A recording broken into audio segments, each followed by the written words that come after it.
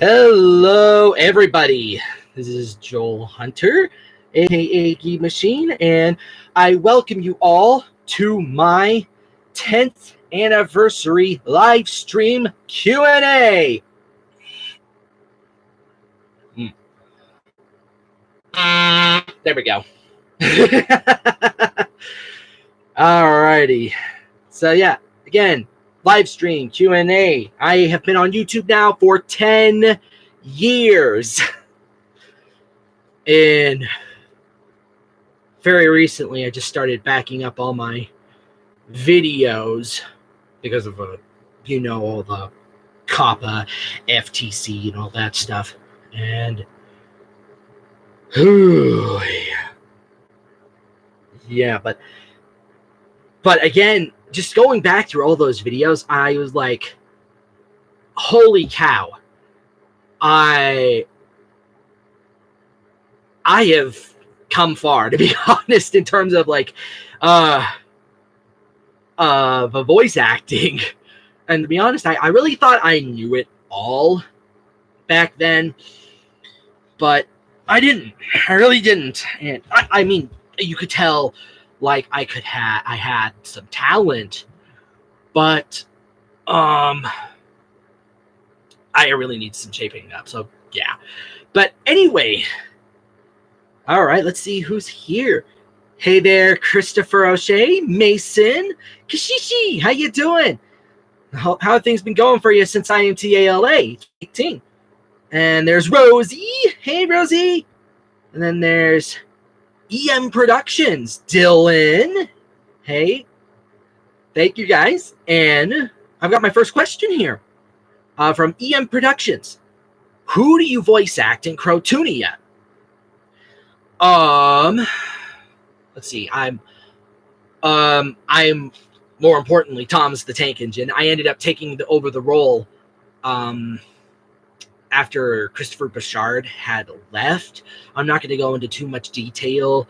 I ended up getting the role. It was just during a talk, like one of the, I think it was a Skype session or something with Milan Toon Productions and a couple others.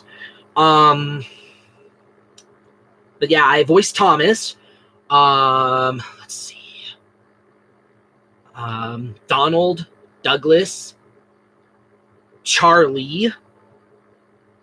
I'm going to be. Those are the ones that are coming up. Thomas wise. Big ol' Rusty. Let me look at something here. Give me a second. I'm looking at my resume.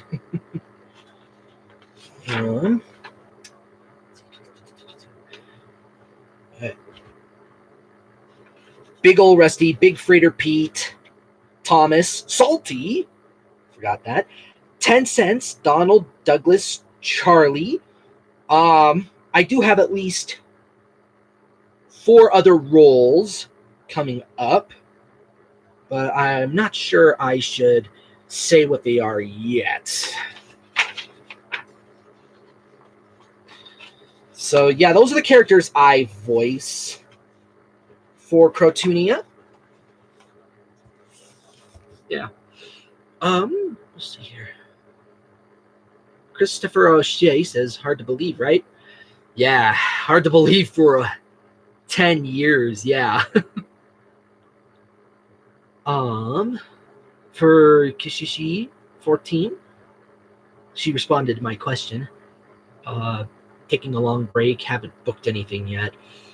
I hear you on that. But I have been productive since 2018. For some of you who probably didn't know or watch my IMTALA 2018 vlog, I actually helped create a new division for IMTA unintentionally. And it was during that I met a woman by the name of Law Lapidus. She runs a coaching, voice acting, and acting company, also recording base.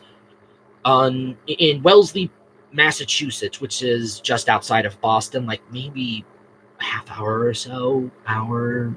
I think it's a half hour. And she met me during like I think it was like on the fourth night of IMTA, and she had me get on board to help petition for a voice acting division because I was the first person to actually go to that event as a voice acting talent. Nobody did that. And when I sent my letter in to petition for that, shortly got told, hey, it did it. Your letter did it. They are making a new division. It will be debuting in July because IMTA, International Model and Talent Association, is held exclusively in Los Angeles, California, and New York City, New York. And it's held, the LA one is held in January, and the New York one is held in July. So to anybody that's going to IMTLA 2020, best of luck to you. Best of luck to you. It is an event you will not regret. I continue that. It is fun. It's a little nerve-wracking, but it's fun. It'll get your foot in the door. So the new division started in July of 2018. I don't know if it's still going on, and I really hope it does, because just like anything else in the entertainment industry, it's pretty hard to get into. So yeah. So the reason why anybody goes to IMTA is to get their foot in there, to get noticed. And voice acting is a hard one to get into. So maybe by doing that, it will create some opportunities for people who are pursuing voice acting, because it is one of the hardest industries to break into. So best of luck to anybody going to IMTA LA 2020 or any other future IMTLAs. IMTAs, I'm sorry. Anyway, but since then, I went to Boston for the first time, October of 2018, to get a new demo made for commercial, and I did a few other things with them. And I went again last August to do a couple other things. And they really work you, and they have an idea, especially in voice acting, because they've worked with some big name voice actors. They've worked with E.G. Daily, Elizabeth G. Daily. She's more well known for Rugrats and Powerpuff Girls, and Debbie Derryberry, who is well known for Jimmy Neutron. And, of course, the legendary Rob Paulsen, a.k.a. Yakko and Dr. Scratch Sniff and Pinky from Animaniacs and Pinky in the Brain. And Carol Weezer from Jimmy Neutron. And for those of you who want to know more about him, I would suggest getting this book right here, Voice Lessons. It came out in October, and I got this for Christmas, finally, by my brother John. And it gives you a good look into how he started and how he recovered from throat cancer. I've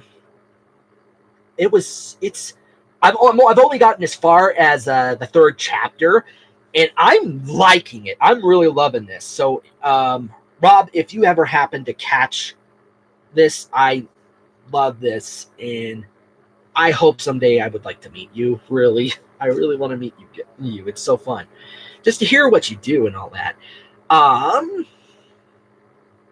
But yeah, I did that a little later, because I've got another. Oh, cool! Congratulations, Kasishi. And actually, speaking of which, I did get a new agent, and here's the funny thing. The funny thing about this new agent that I got was that I met one of their talent scouts in IMTA LA 2017. No, was it 2017? No, it was 2018. Yes, last time I went there. So a year and a half after I went there, this new agency contacted me, and now I'm being represented by them. I'm still trying to. I haven't booked anything yet with them, but I have gotten some auditions come my way. But yeah, that was the result of me going to INTA LA. I got to, somebody remembered me. Anyway, Mason Hagen has a question regarding the TCC, Thomas Creator Collective. It's, to my understanding, it has pretty much been put on hold right now because they're doing that other series. So that just for now it is on hold. That's all I can say right now.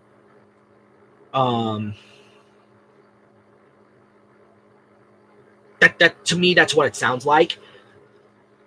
But again, I really hope they bring it back for next year, because next year, as everybody knows, is the 75th anniversary of Thomas and Friends. Super excited about that, by the way. And who wouldn't be excited for an anniversary event? So that's pretty much all I can say in regards to TCC, Mason. So yeah. I've got another question here. First off, hey there, Tram Engine Studios and Mr. Merlin Fan 02. How you guys doing? I got a couple questions here from EM Productions. His first one is, do you have any Erdl Thomas toys? If so, who do you have? I can't access them right now because they're buried in the toy room, but I do have a lot of the old Erdls. Let me think, though. I pretty much have everything from the... I'll put it in terms of TV seasons. I have everything from the first season to season 5 in terms of characters, bar like Cranky the Crane and let's see. I don't think they made him in Erdl, but I pretty much have that season 1 to season 5 in terms of characters and other things. Yeah. And hey there, Jonathan Ajima. How you doing?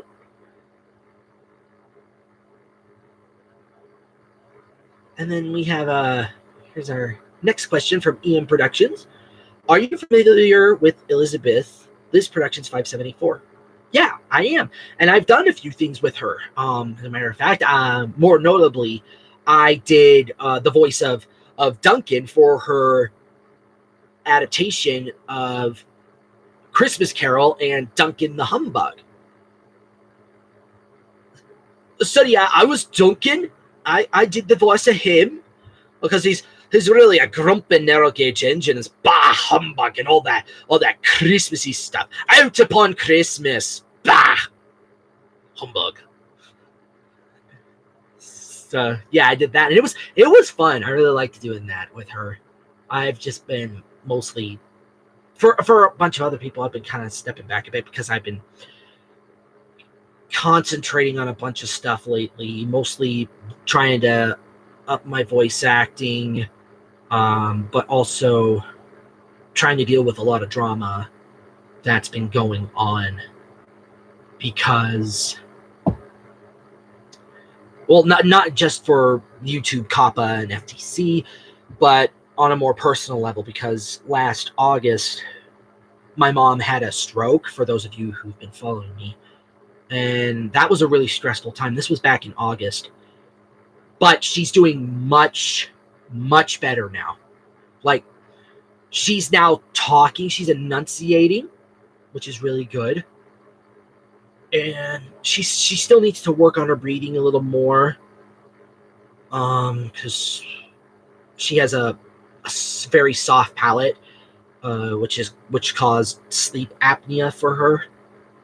And actually, if you go to like caringbridge.com, .org, I believe, look up hashtag Sean Strong. I don't know if you can see it on here, but this is a bracelet that a friend of my dad made when she heard about it. She lives in New York, and she used this hashtag because, to my understanding, her daughter, ever since she was little, has been battling cancer. So she came up with a similar hashtag phrase, and she incorporated it for our mom and just sent us a big package of all of these.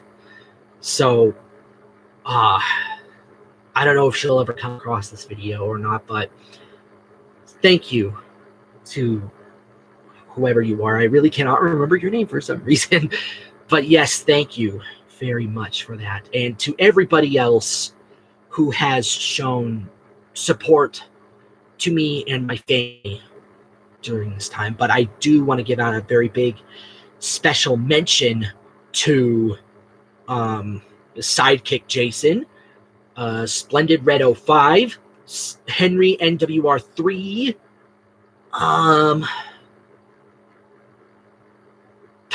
Greg Wetzel, and one other person. I am forgetting who it is right now. I am so sorry. But you know who you are, because I ended up getting this from them, because when they heard about what happened to my mom, they gave me a die pet Gordon. So here he is. I was very surprised to actually get this from them. So again, thank you very much, guys. And the reason why they went with Gordon in particular is because of my my narration for the CSC's adaptation of Gordon Goes Foreign. And yeah, it's really cool. This is so cool. I like it. I at first, when I heard about these toys, I thought they were similar in size to the HO scale Bachman, but they are bigger than that. From what I think I remember reading, is that they are 1/64th scale. So yeah, that answers part of another question that I got from somebody else here. Give me a minute here. So yeah, Ian Productions is the one who asked that. What did you get for Christmas? I got that, the Gordon, as also a gift from Sidekick and those guys, and the Rob Paulson's voice lessons. I got a whole bunch of other stuff. If you go to my Twitter account, you can see one of my tweets, which showcases what I got for Christmas. Go to Twitter. My @handle is @GeebMachine, GeebMachine, and you'll be able to see that. Oh, here's another one. This is kind of funny. Is my sister and her fiance. My sister is getting married, by the way, come May.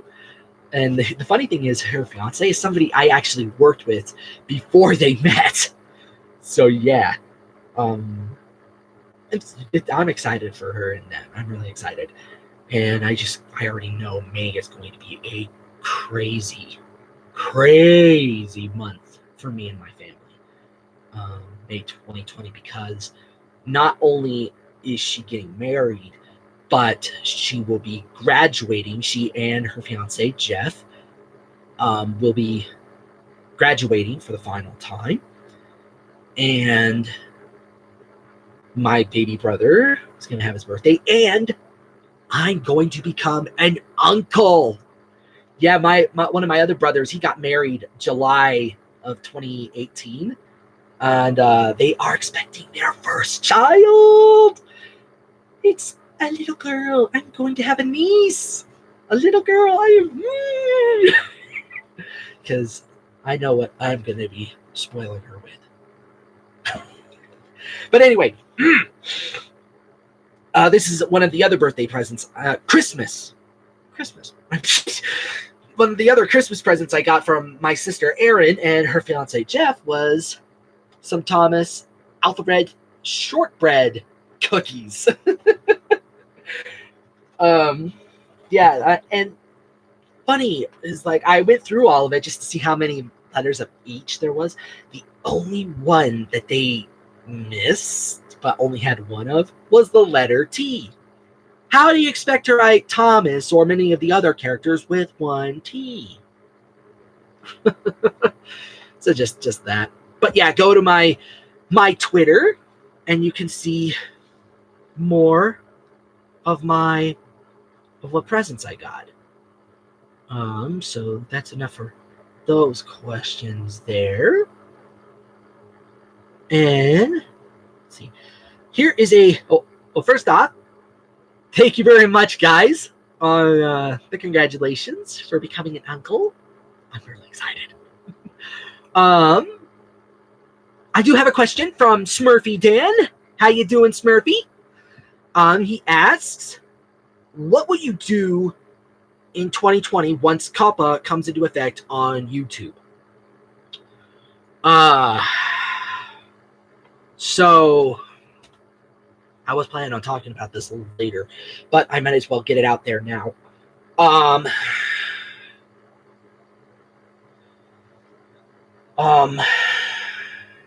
Right now, as I mentioned earlier, I managed to back up all my videos. Finally got them all backed up.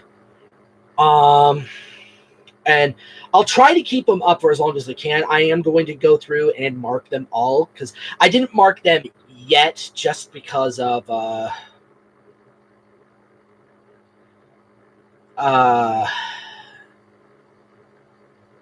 wasn't sure like what would happen as I went along if something suddenly like said, oh, you're now terminated or whatever. So I'm gonna try spending some of later of today and some of tomorrow before the new year kicks in, marking all my videos.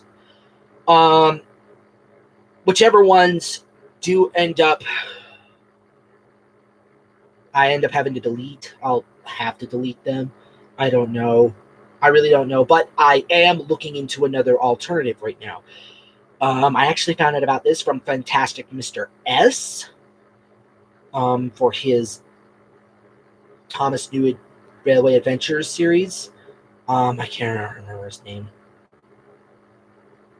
It's called lbry.com. I'm going to try looking into it a little more, but from what it seems like, it seems to be a good alternative to YouTube. So I will look into that a little more. I might start a channel there. I don't know. But for now, I will try to keep this YouTube channel up as long as I can. But if it comes to it, I will have to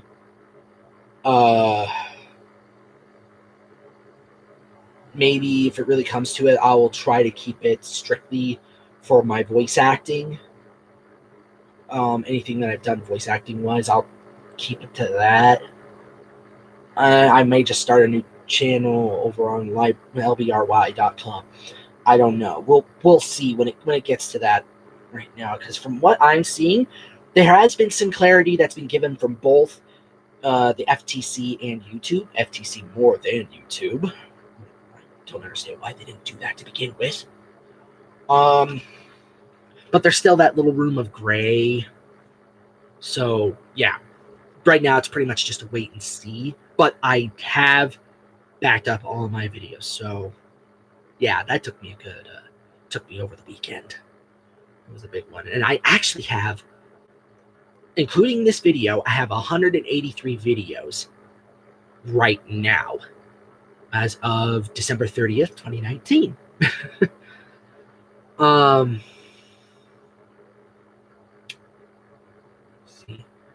Yeah, and I have 2,235 subscribers right now. That's not a lot for a 10-year, I know, but again, I haven't been as active as much as I would like to be. And I do have plans. Again, I don't know how I'm going to continue that. But again, right now it's wait and see. I hope that answers your question, Smurfy. And I have, let's see, I'm going to scroll through here a little bit. I have a question from Mason. Can you do a couple of your voice impressions? I intend to, actually, by reading some stories that I've written. Just a second.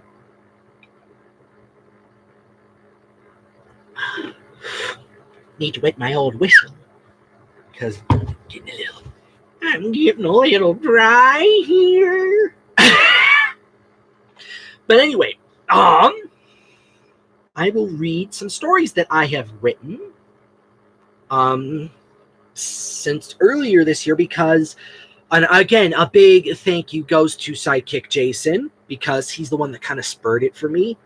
I have taken up writing again, and I started writing a whole bunch of Thomas stories this year, more than I've ever written before. And here's one of my first ones that I read. Well, actually, I'm going to ask you guys, I'm going to read, but first, I'm going to ask you guys a quick question before I do that. Shall I read one of my stories? Because I have like about 6 of them that I'll be reading throughout the duration of this stream. Or should I read a book from the Railway series? So go ahead. So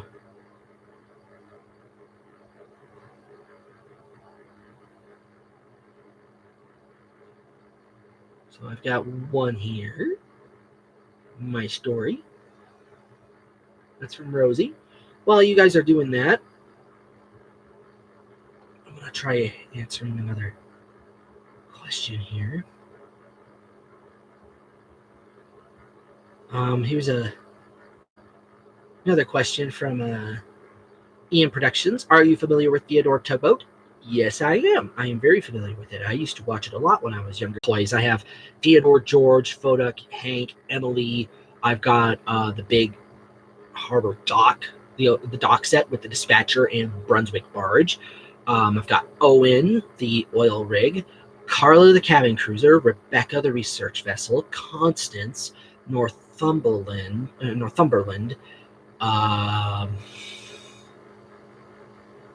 the Erdl toys.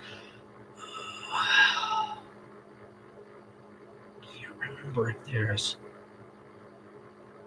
any other ones that I have. I really can't remember. But I do have those. I do have some of the bath toys. I remember that. I think I've got Theodore, Hank, Emily, Foduck, Guysborough, Pugwash, Northumberland, and I think that's it for the bath toys. And then I have the change face where you push down on the hats for Theodore and Hank, where you push down on their hat and their expression changes 3 times. Then I have a push and go Foduck, and I think a push and go Theodore as well. And that's that for terms of toys. Let's see.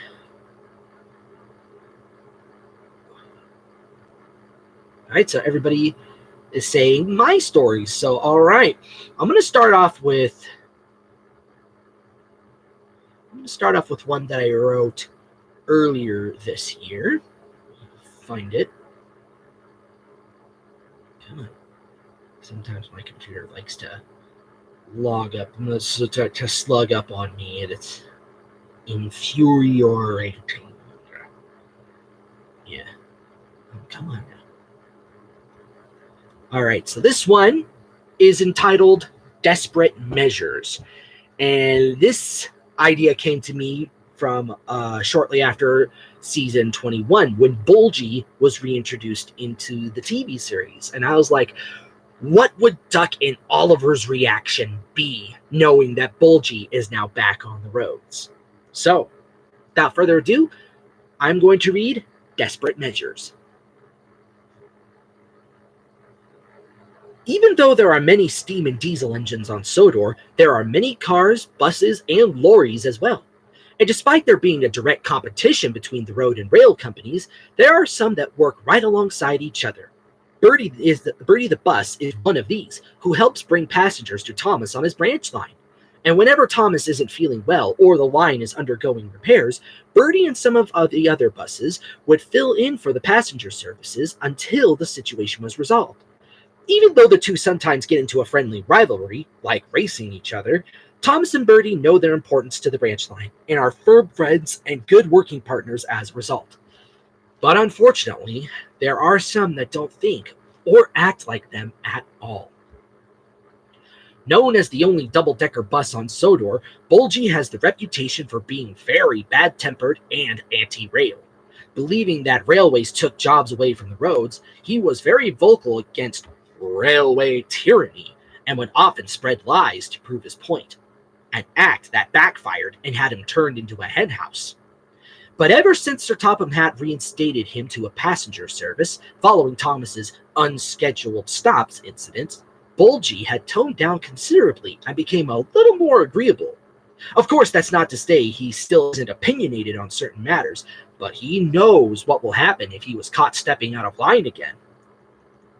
So when Duck and Oliver heard that he was coming to their line, they held an indignation meeting at their sheds later that night. "I ask you, what made Sir Topham Hatt think that bringing Bulgy back was a good idea?" quizzed Duck. "Doesn't he remember what he calls?" "Apparently not," huffed Oliver, "because Bulgy would still be a henhouse if he did." "Begging your pardon, sirs," cut in Toad's timid voice, "but I believe the term desperate times call for desperate measures can be applied here. From what I've heard from Mr. Bertie, his company didn't have any extra buses at the time, so Sir Topham Hatt brought Mr. Bulgy back since the mobile vegetable stand went out of business recently." "Doesn't surprise me a bit," replied Oliver. "Bulgy's always had a knack for running businesses into the ground." "And if we're gonna do something quick," added Donald and Douglas, "we may be out to the job soon." The meeting ended with the engines agreeing to bring their case to Sir Topham Hatt the following morning, but when they did, they were sorely disappointed when he told them otherwise. "I understand your feelings, but you need to realize that passenger traffic has increased in recent years, and I'm afraid I can't afford to bring in another engine or coaches at this time," he politely told them. "And besides, from the reports I heard on Thomas's branch line, Bulgy's character and work ethic has really improved. So when he comes here later today, I would like you all to be on your best behavior. Is that understood?" "Yes, sir," the engines replied grimly. They wanted to trust Sir Topham Hatt, but they couldn't help worrying. It was a few days after Bulgy's return that business really started to pick up. Despite the occasional spat between them, Duck noticed that Bulgy, on the whole, mostly kept to himself and had indeed improved. And as a result, things were running a lot smoother than usual. One night, he told the other engines his findings. Some were generally pleased and relieved, but Oliver still treated the whole thing with suspicion.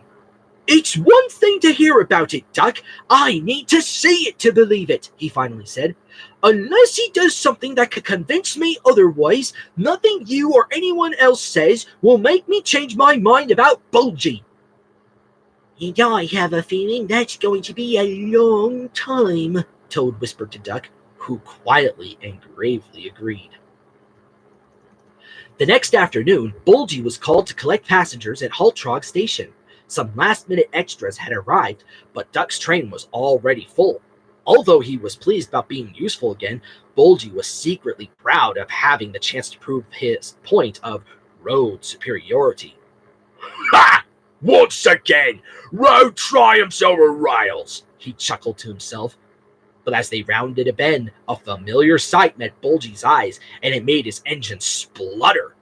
It was his bridge. "Stop, driver, stop!" he cried out. But it was no good. The driver was both new and a relief, so he didn't know Bulgy's history, nor understood his warnings.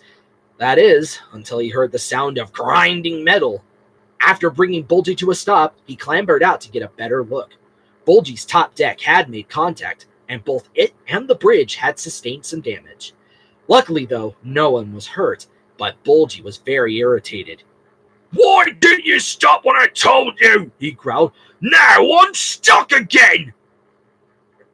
"It's only part of your top," said the driver dismissively. "We should be able to back out quite easily." And he was right. But no sooner did they free themselves, a large stone landed in front of Bulgy. Puzzled, he looked up and, to his horror, saw a gaping hole in front of the bridge, and it was starting to crumble. "Now look what you made us do!" he cried. "We knocked out a keystone and it's falling apart!" "I'll go telephone Holtrog Station," said the driver. "They'll be able to spread the warning from there." "I don't think it'll do much good," Bulgy said doubtfully. "Look!" Suddenly, they heard a whistle and saw a plume of smoke coming towards them. It was Oliver, and he was fast approaching with a passenger train from Tidmouth.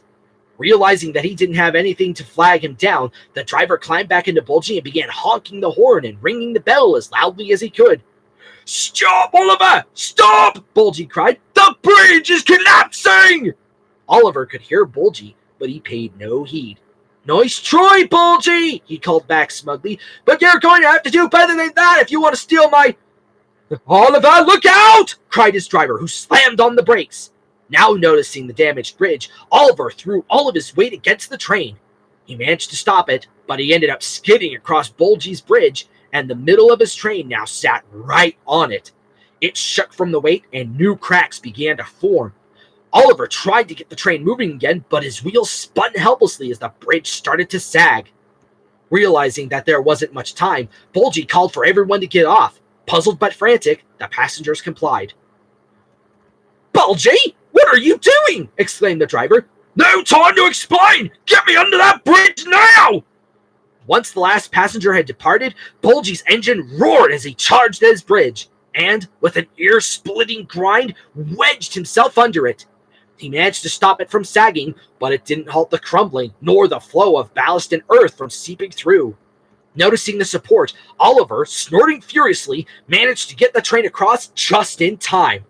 When the last coach cleared, the bridge finally gave way with a loud crash. After bringing the train to safety, Oliver stopped and looked back. Dust and dirt was everywhere. "Bulgy!" he cried out. "Are you all right?"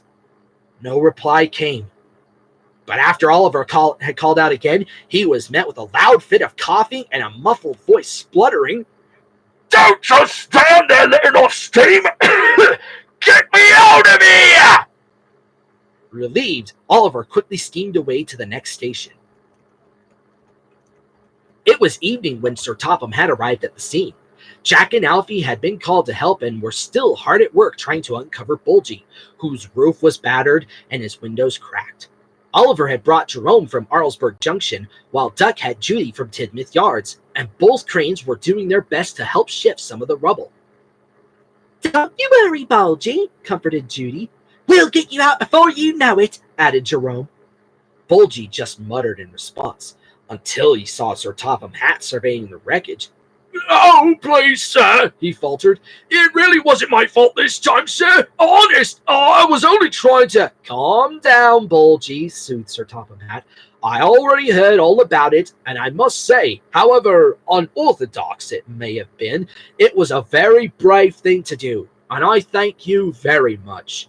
Had you not intervened, we probably would have been in a much worse scenario."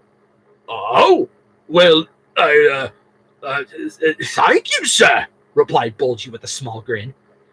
"And talking of which," he added sternly as he turned towards Oliver, "I heard what you did too, Oliver. I know you haven't been trusting of Bulgy, but ignoring a warning is something I don't take well to. You placed a lot of passengers in harm's way because of your carelessness. If you had heeded him, this might have turned out differently as well." Oliver looked at his buffers in shame. "Yes, sir. Sorry, sir," he said quietly. At last, Bulgy was finally freed, and when he had been lifted onto Nelson's trailer and taken to the nearest garage, it was very late indeed. With Bulgy's bridge damaged, all freight traffic on Duck's branch line had to be diverted to Thomas's branch line via Toby's line, the Ulfstead branch. As for the passenger services, all trains were halted at Holtrog, and then the buses took them from there to Tidmouth. And when Bulgy had been repaired, he was given a hero's welcome and placed on the shuttle service until the bridge was rebuilt. It was later that day when Oliver met him at Haltrog with a small mixed train. He winced as Bulgy stared at him.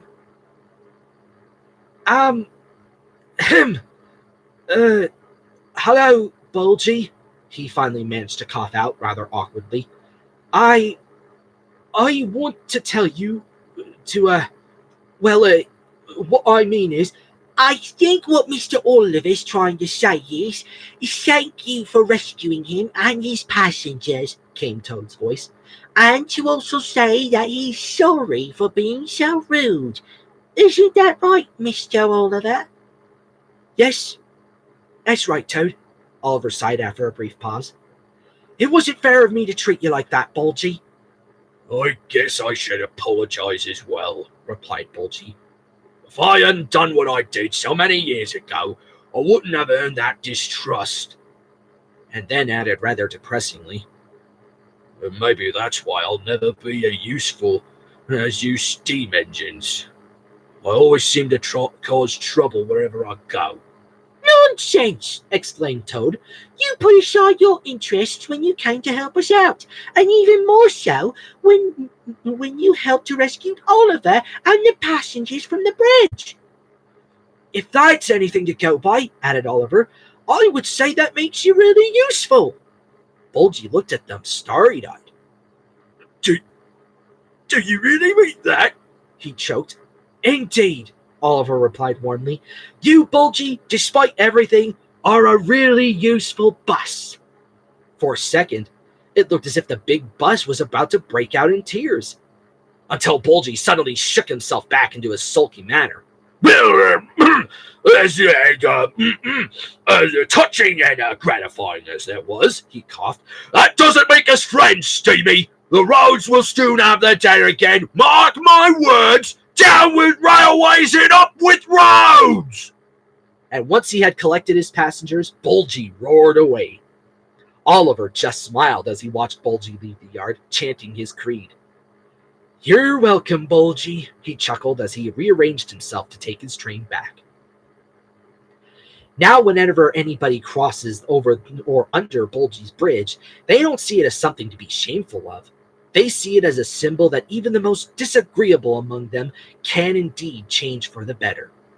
And even though he didn't like to admit it, for sake of appearance of course, Bulgy had to agree that it certainly was true. And that is the end of Desperate Measures. Do you guys like it? I personally liked it. All right. Let's see here. Trying to see if there's any more questions. Ian Production says, most importantly, how are you now? How am I now in terms of what, per se? If you don't mind my asking. Let's see here if there's any more. Ian Productions says, do you have any original characters? Do I have any original characters? Actually, I'll put it better this way. Do I have any original characters left? Are you crazy? Of course I do. That's what us kickers do best, you know. I do have a ton of original characters for Thomas in particular, and for a couple other stories that I'm currently working on that are not Thomas related. I don't want to divulge in them, to be honest. I really don't want to do that just yet. I want to, yeah. But I will say this, in terms of this, all this writing that I have done, I'm actually working on something really big right now. When I was in New York for the first time last August, I went up there not only to meet with some friends, I went up there for a little showcase that Lollapedus was holding. And I met an actor by the name of Xavier Paul Cadu Jr. He's well known for Battlestar Galactica and voice acting for numerous sports-related things. And he's also GTA as well, Grand Theft Auto, I believe. I performed in front of him, and he tasked me and another kid to make a story that he will then pitch on our behalf. I'm going through a third draft of the story right now, and I just suddenly had the idea to turn it into a musical. So I've been busy with that since August, and I currently have some people going through what I have right now, trying to garner some suggestions, opinions, feedback, so that I can go on, proceed with a third draft. But during all that, I've actually been writing some lyrics to some of the songs, and I have about 3 of them done. I have 2 more that I have planned as well. Oh, this does remind me. I actually do have an idea that I was working on for Thomas and Friends. It's a full-on Thomas and Friends musical movie. And this is one idea that that just hit me hard. This was December of 2017. And it took me from there to October 2018 to get the story figured out and the songs written out. That was my first. Just so you know, I can't read music or write music. I can read music maybe to a certain extent, but I can hear it. I can hear it in my head how the tune goes. And I wrote the lyrics down in notes to help me remember what that was. But that's all I can say for now. So yeah, I do have a lot of characters and other stories, some that are original that aren't Thomas related as well.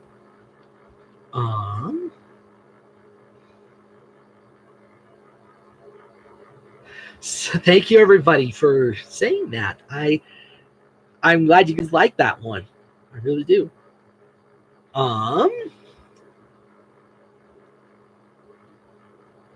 Let's see. EM Productions has a couple more questions here. What's your favorite Pixar movie? Pixar movie. That's a toughie. That's a really hard one because there is a bunch of good ones. But I think I'll put it to like these 5 that are like my top picks. Toy Story 3, WALL-E, Up, Monsters Inc., and Toy Story itself. Those are kind of my top favorites right there. They're all of them are good, but those ones I'm kind of partial to. Here's another one here. Do you own any of the rail characters by Ertl and Bachman? If so, who do you own? I already answered the Ertl one. For Bachman, I own engines 1 through 11.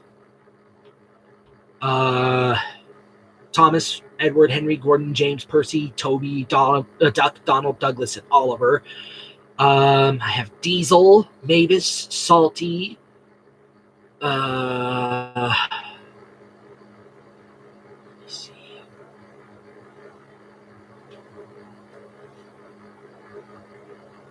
Spencer, Emily. I think that's it. And then I have a couple of models that I bought from other people. I have Wilbert and Murdoch. I can't remember who I got them from now. But yeah, those are the engines I have. And I also have a Stephenson's rocket. Yes, I have a Stephenson's rocket. I finally managed to get one. And I plan to turn it into Steven. I don't know when exactly, but I do have that. I do have plans to try to get the other engines, but I have other things first before I can buy any more. That's just in terms of the characters that are on the rails, and I've got a whole slew of rolling stock, and a couple other things as well. Let's see.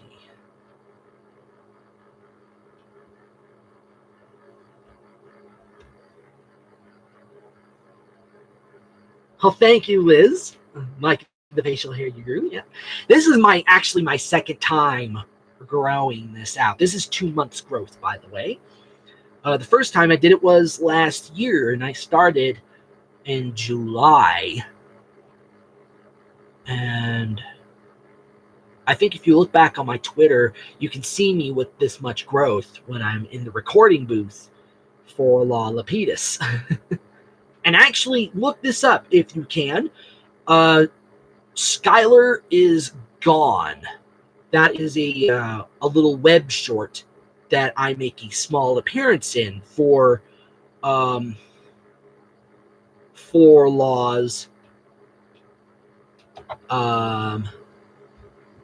For Law's company. It was I think her daughter Aria is in it. It's not that bad, not that bad. And I make a very minor appearance in it. Look it up. Skylar is Gone.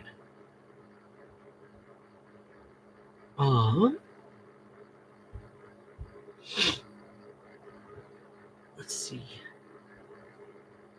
EM Productions asks, what do you think of the original themes in Thomas and the Magic Railroad? For example, P.T. Boomer, John Bellis as Thomas, Michael Angelis as Percy James, Keith Scott as Diesel 10, etc. Personally, I would love to have on Thomas and the Magic Railroad as the whole. Wow. I would love to have seen what Britt Allcroft originally had envisioned. John Bellis probably doesn't sound as bad as Thomas, but I personally I think Eddie Glenn was a good choice for him at that point. Diesel 10, just from the bits that I've heard, that sounds really cool, what Keith Scott did for him. Michael Angelis as Percy, I've never really been fond of his Percy voice, but for James, yeah, I can definitely see that. On the whole, again, I would have loved to have seen what Britt would have done for that. Oh, Liz. So, I see that. You got about 10 minutes. So, if you have any questions, go ahead and ask them if you have any, and I will try to answer them. Again, anybody, this is a live stream Q&A. Anything, excuse me, Taurus Magic TM. I have no idea who the hell you're talking about.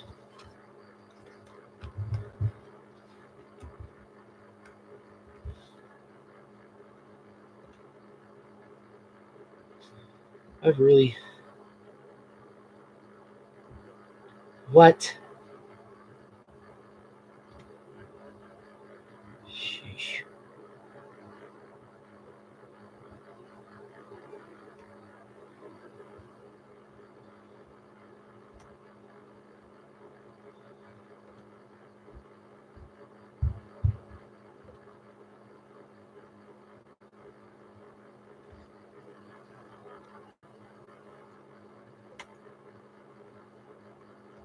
What do you guys really know?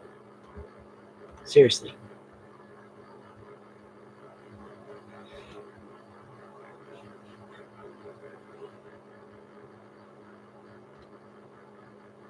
You must be mistaking me for somebody else, guys. Sheesh.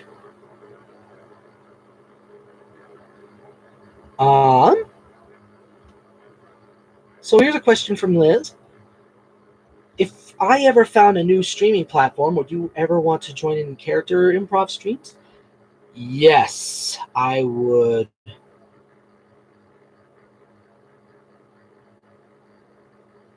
I would love to do that again, provided that I have time to do that. I really would. That is so fun to do. Those are always fun.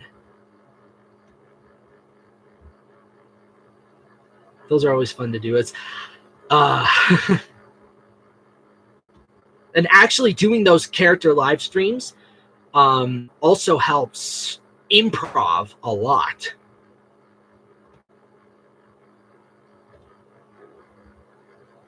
There's a bunch of trolls right now. I really have no idea who the hell you guys are talking about or confusing me with.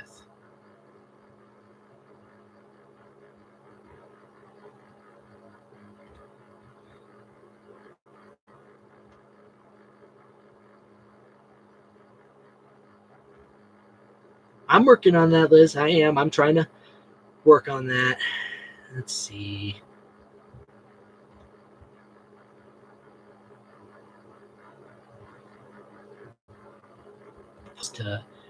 Just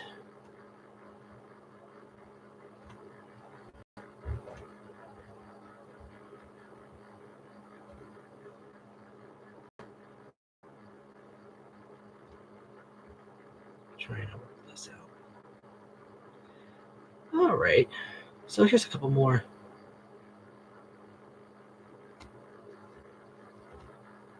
Questions here. Rosie Cutie asks, is there any voice impressions you tried to do multiple times but never get it right? Huh. Let me think about that for a sec. Is there any voice impressions you tried to do multiple times but never get it right? Elmo is a hard one because I can't get my voice up that high anymore. Donald Duck a little bit. Give me a second here. I'm feeling dry.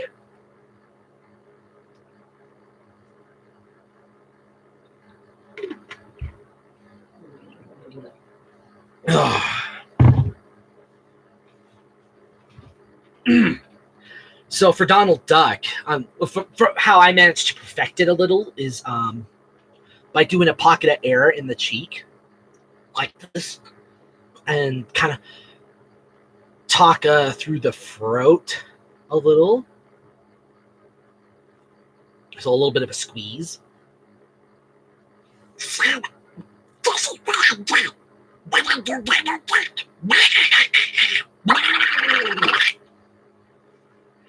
So yeah, that's about as far as I can do, but I can only go so far. Like a lot of other voices that I can do, I can only do it for so many periods of time before I start to get some wear on my voice.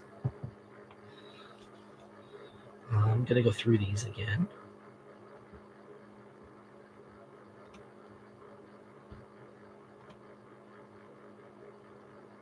How am I encouraging child abuse?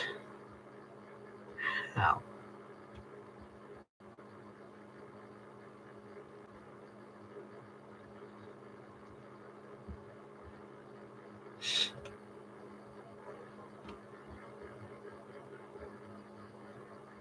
Seriously, this is so many things here. Which of the streams was your fave from Liz Productions 5784?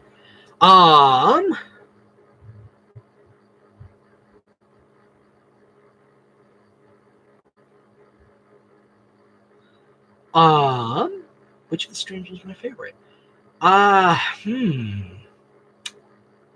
have to say my favorite one is me being Sir Topham Hatt as the Grinch for Christmas, JoJo's Christmas. That's a good one. That's a good one. Me being Cranky the Crane. That's another good one. Oh. What was that one from Vickerstown? I was being Samson. in Bradford. I think that was that. Samson in Bradford. That's another good one here.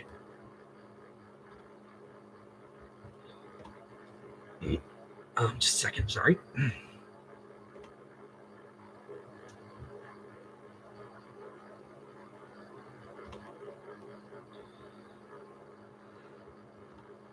Second here. Trying to get something down.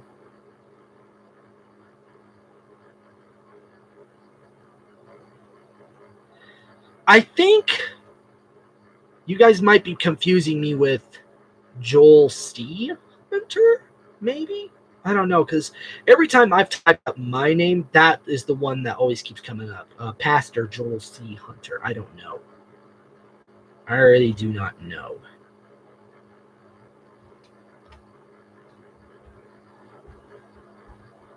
Mason is asking here, when you have time, can I have voice lessons again? You would have to do that.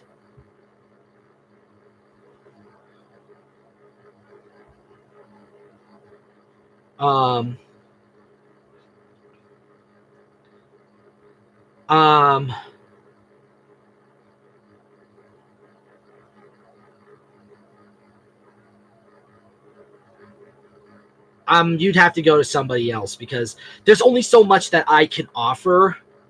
I really can't do very much. I can't point you in the right way for voice acting, but I would suggest. I think I was talking with your mother about this, Mason. Look up Lollapalooza. If you happen to be living, I can't remember where you live, but if you live near Boston, look up Lollapalooza Company.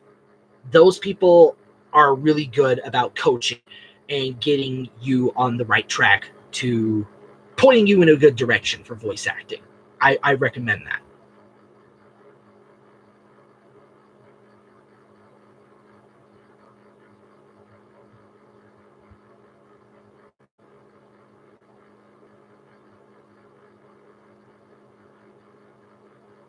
That's all right. I'll see you later, Liz. I'll see ya.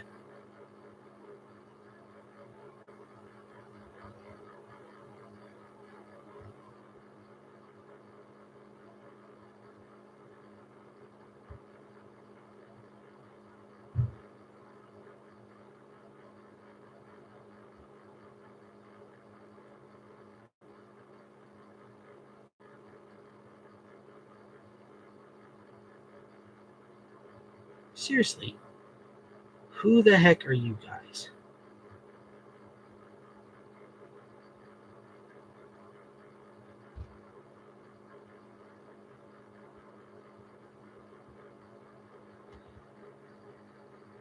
Yeah, I'm not this whoever this Joel Hunter you're thinking of. Joel C. Pastor is the only other name that comes to mind.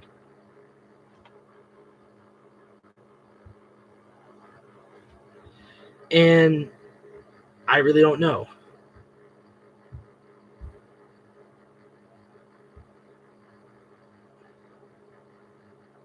All right, I'll see you later, Dylan. By the way, if you have any questions, go ahead.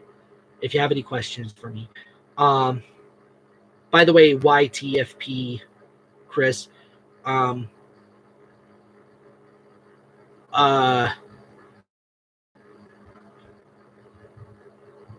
it was after I had talked with Mason to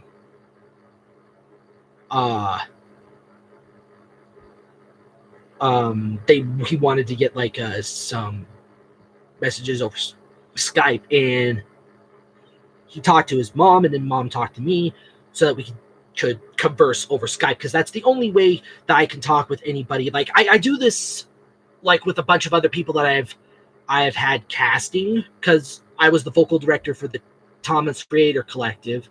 And if I wanted to do like one-on-one voice acting sessions, or for like going through the scripts, trying to get them to say their lines right, I would do it through Skype. And that's how we did it.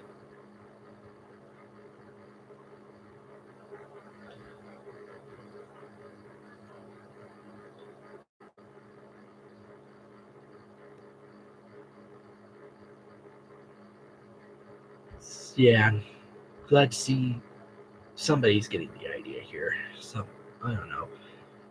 But anyway, that's the reason why. And it's all right, Mason. It's all right. It's all right. It's all right, Mason. The reason why, like, I put this is why I wrote down Joel GeebMachine Hunter for online. I kept typing up just Joel Hunter, Joel C. Hunter, Pastor Joel C. Hunter would keep coming up. So I added GeebMachine, my old username. My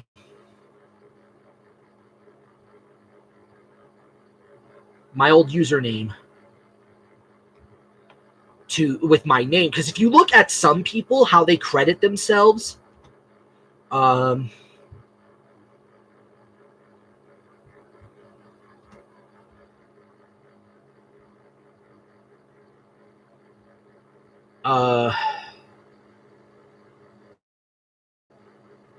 shoot, what was I just saying? I'm so sorry. Yeah, I did that just to avoid confusion with Joel C. Hunter.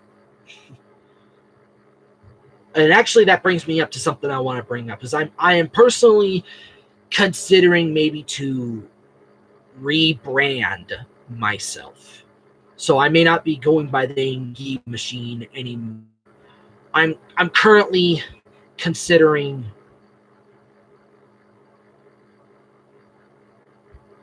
just doing that, just doing something else, because going with a different name,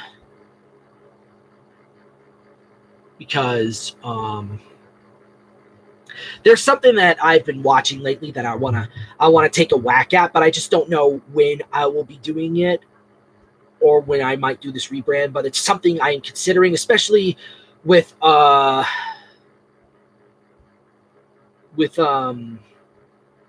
the stuff that's going down with YouTube right now. So yeah, but anyway, I do want to bring this up as well. Mason, this might be good for you too. So I was given this by Law Lapidus recently. Making sure I got this on the right screen. Look up this book, Voice Acting for Dummies. And this was something that Law sent to me. I have been going through it slow and steady, but it's been giving me some good insight about how to prepare for voice acting, other areas where you can look up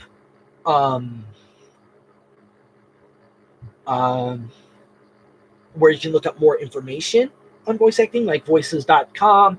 Oh, that does remind me. Another website, I want to be a voice actor.com by D. Bradley Baker. He does tutorials on there. I really need to get on that. And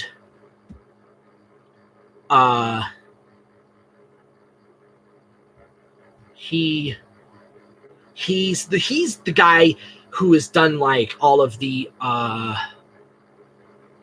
clones from Star Wars Clone Wars series, and he was the majority of the aliens for Ben 10 Alien Force and Ultimate Alien. He's done a lot of things, and his range is really wide. Like, he can do animal noises, monster noises.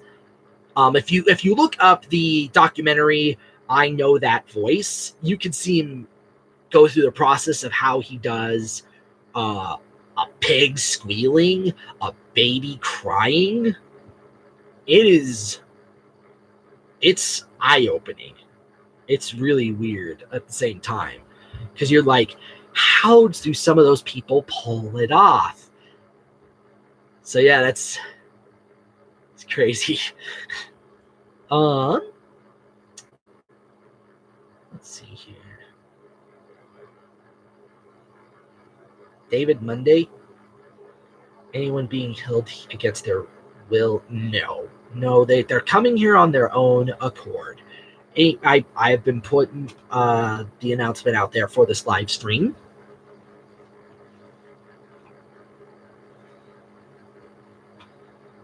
So that anybody who can come here, just come on over. Anybody who can, just ask questions and all that. That's all I'm doing here. I'm just doing a Q&A, and anybody who wants to come, just come on over. Spread the word. I do have another question here. I have a question here from Train Man 3985. Of all the projects you've voiced in, which one is your favorite and which is your least favorite?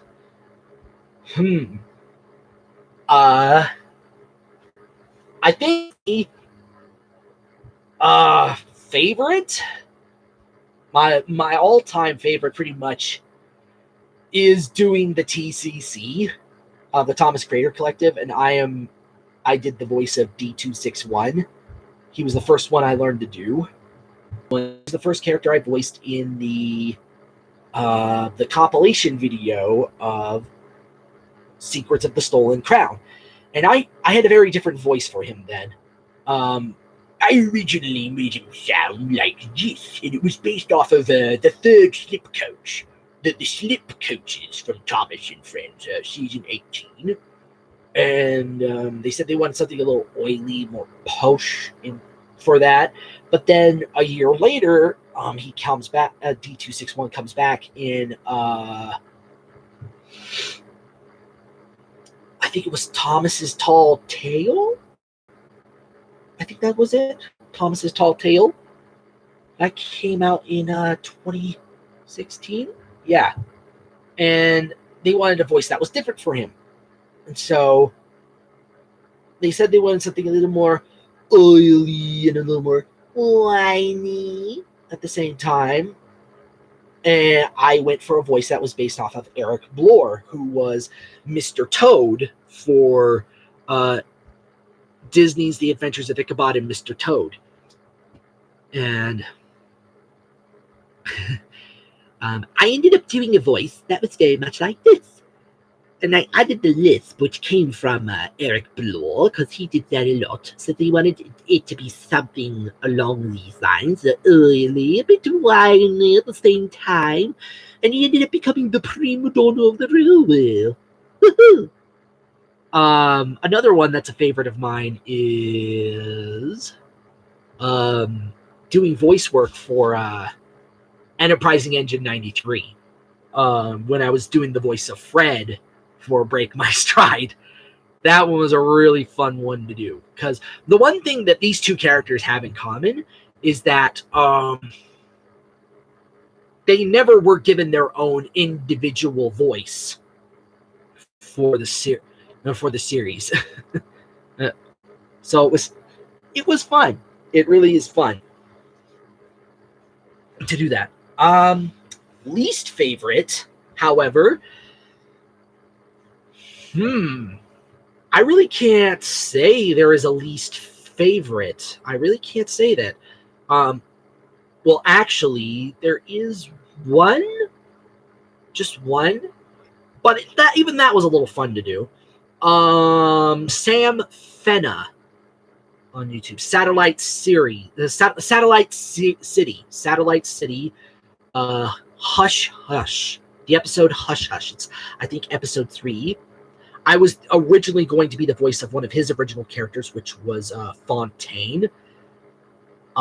He's like a big 6-armed character with a big creepy grin, very Tim Burton-esque. And the voice I did was based off of the child catcher from Chitty Chitty Bang Bang. But then over time, seeing how his series was going, I just felt a little creeped out, and it wasn't really what I was doing. So it wasn't sitting right with me, because I'm not one to do like the horror genre or whatever. And he eventually recast the role to somebody else after we talked about it. So Sam Fenna, if you're ever watching this, I'm bearing no ill grudge against you. It's just, that's just a difference of opinion and all that.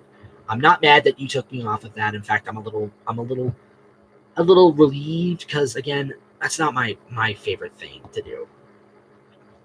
Doing the horror genre. Ian Productions asks, are you going to make a series? I do have, like, what type of series in particular are you referring to? Like Thomas and Friends related, VRS related, or what? What series are you referring to? By the way, speaking of VRS, the Valley Railway series, I did have a Q&A planned for that, and almost 5 years ago, but never did it. So I apologize for that. But I am pretty much going to say me adapting it for YouTube is pretty much done. Like I stated on my last episode, which was episode 12, Morning Light.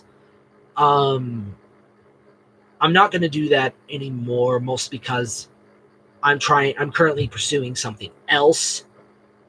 And it's been nearly 4 years since Nanaki's written anything new for it. But if you want to watch more or read more of the Valley Railway series, go to fanfiction.net, type it up, the Valley Railway series by Nanaki or Wolf Nanaki, one of the two. It's one of those. Yeah.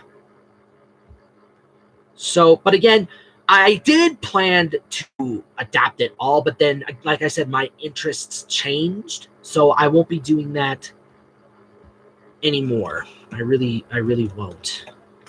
And I did have another series that I was planning to revive for this, but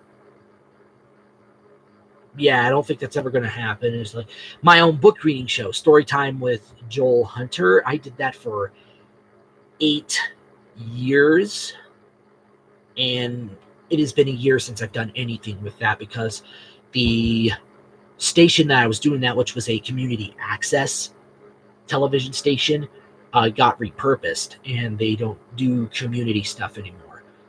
So I was planning to try to revive it here on YouTube, but now that YouTube is undergoing a change, I don't think I'm gonna continue that show anymore. And just so you know what that show is, it was a book reading show that I did for kids. I did a book reading show reading children's classics, personal favorites, and popular books. Like I read the Railway series, which is a personal favorite. I read some of Roald Dahl's books, like the BFG, and the sequel to Charlie and the Chocolate Factory, which is Charlie and the Great Glass Elevator. The last one I read was Christmas Carol. I read that in 2018. To celebrate at that time, it was the 175th anniversary of A Christmas Carol, and I read that as my finale at that time, and I think it is pretty much going to be just my finale for forever, because I really need to get those videos. Like I said, I might re-upload those. I might upload those to library.com along with my other lbry.com, along with my videos if things happen to go south on YouTube.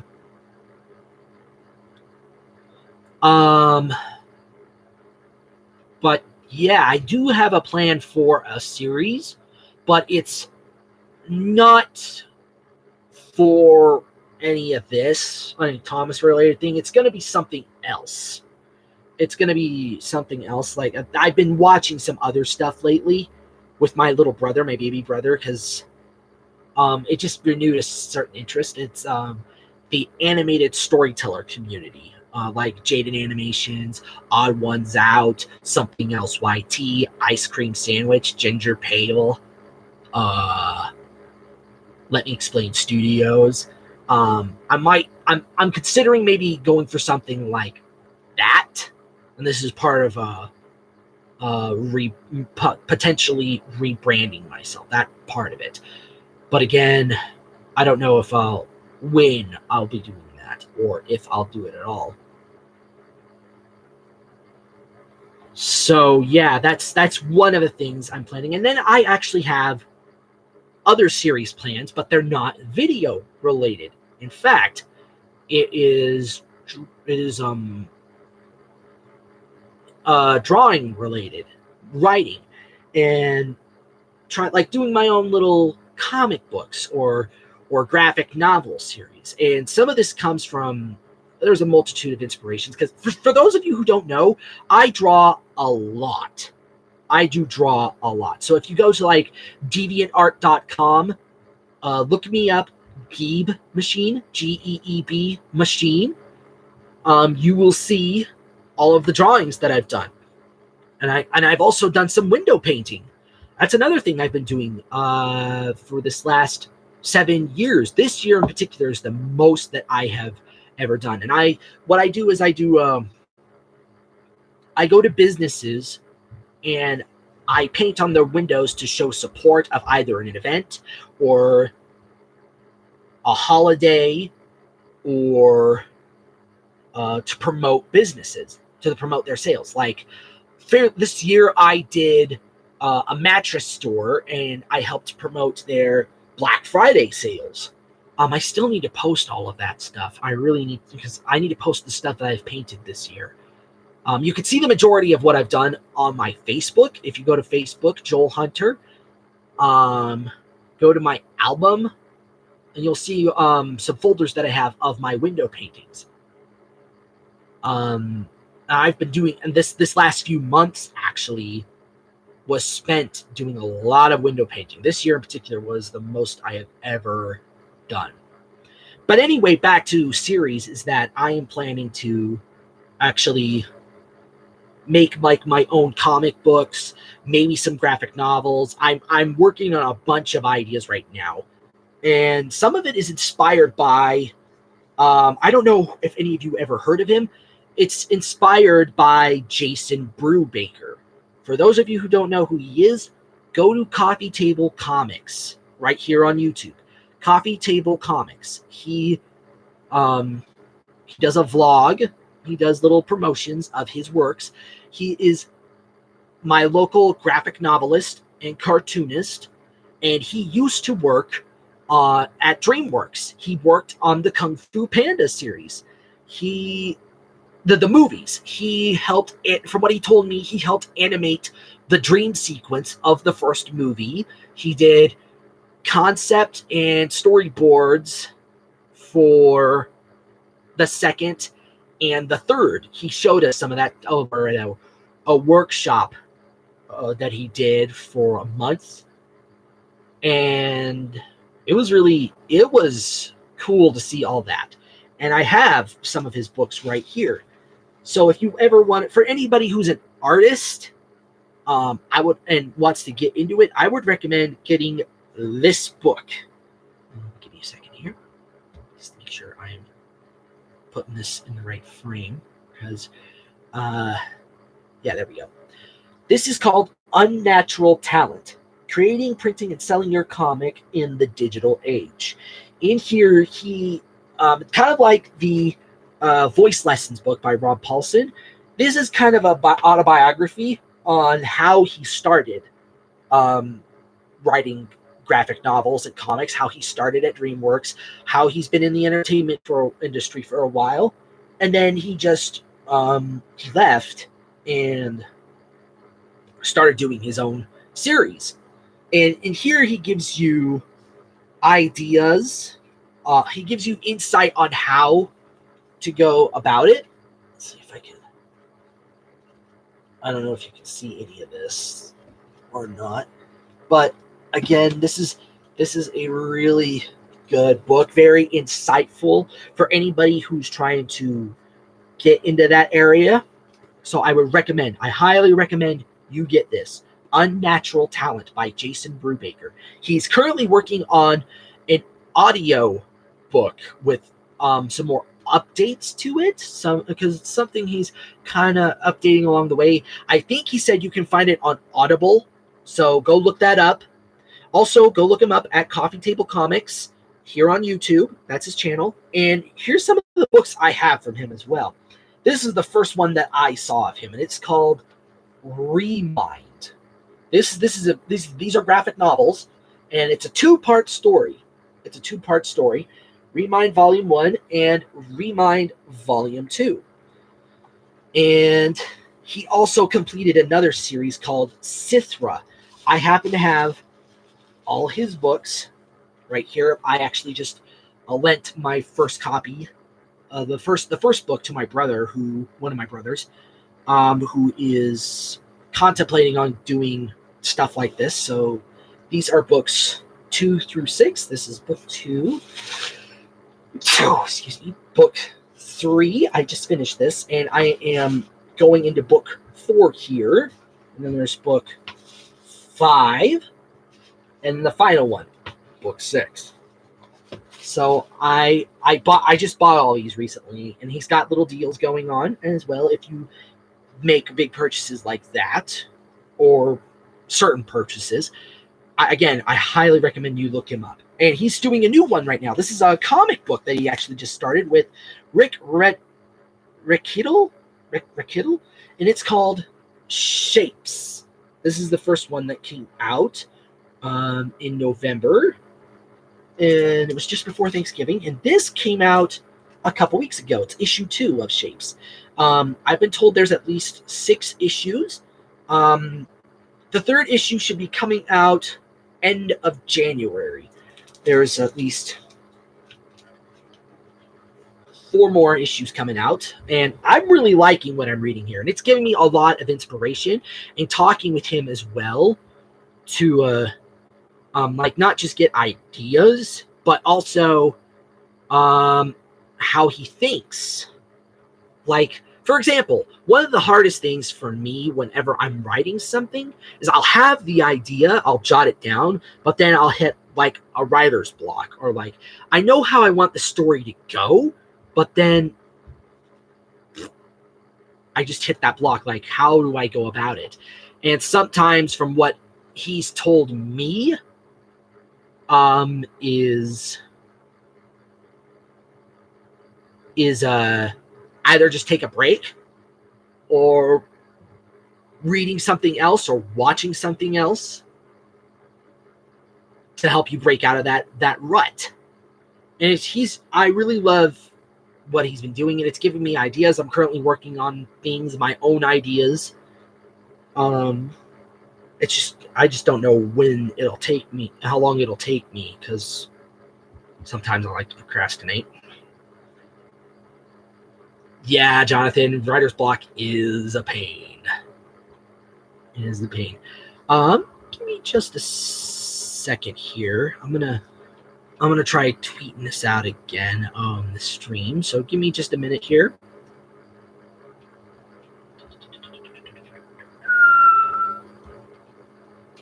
If I can. If my laptop will let me. But yeah. Itinerary here.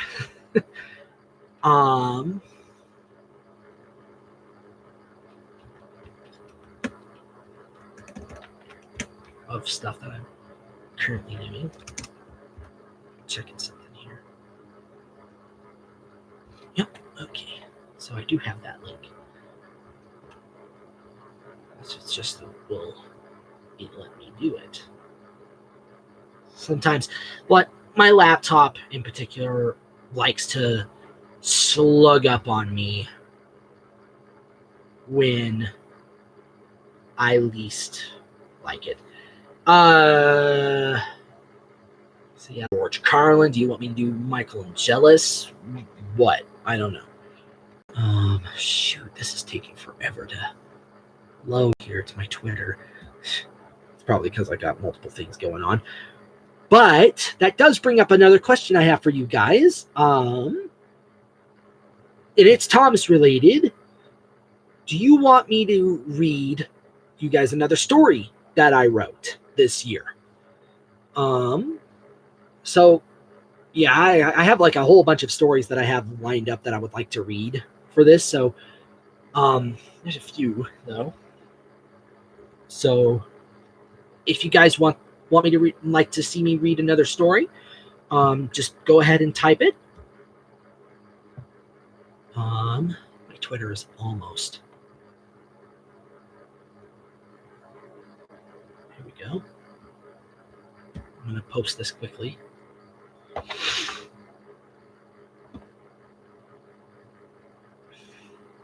I'm going to get some water here because I'm feeling dry again.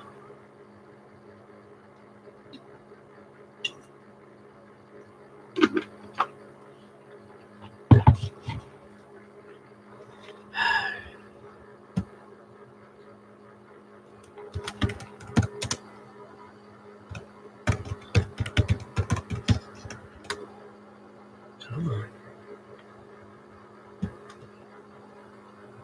And sometimes like I said, my laptop loves to slug up on me.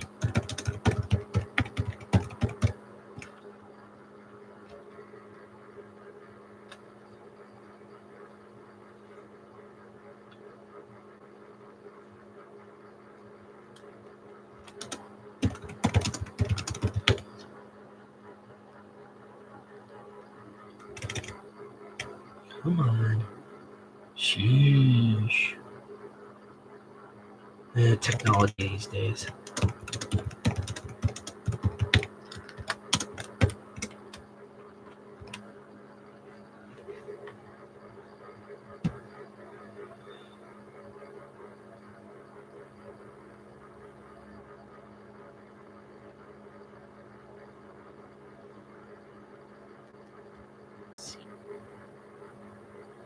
Right, so Jonathan is saying yes to me reading another story. What does everybody else say? Do you guys want to hear me do another story? While we're waiting on that, I do have another question here from EM Productions. Do you have any favorite cartoon adult shows? Mine are The Simpsons, Family Guy, and South Park. I do like watching The Simpsons. Another one is Disenchantment, also made by Matt Groening, the creator of The Simpsons. It's a Netflix only series, and it's a surreal take on fantasy, on fantasy stories, like medieval princessy type things, mystical creatures, with a modern day take on that, modern day fairy tale take, a little more adult. It's funny, but also really can get really serious at times. Another one is Red versus Blue. I love that. And they just finished season 17. And I really wonder if they're going to continue it. Let me see here. Yeah, but those are some of the ones I like watching. Blaster 1221 says here, it's not a question, but he's making a statement. Me and a friend of mine made a model of candy based off of your VRS picks and permission from the series creator.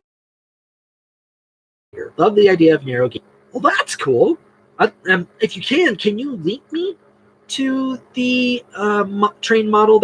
Actually look that up. That is a real, any engine that you see in like the Railway series, the Valley Railway series, even the Thomas and Friends TV series, they all are based off of something.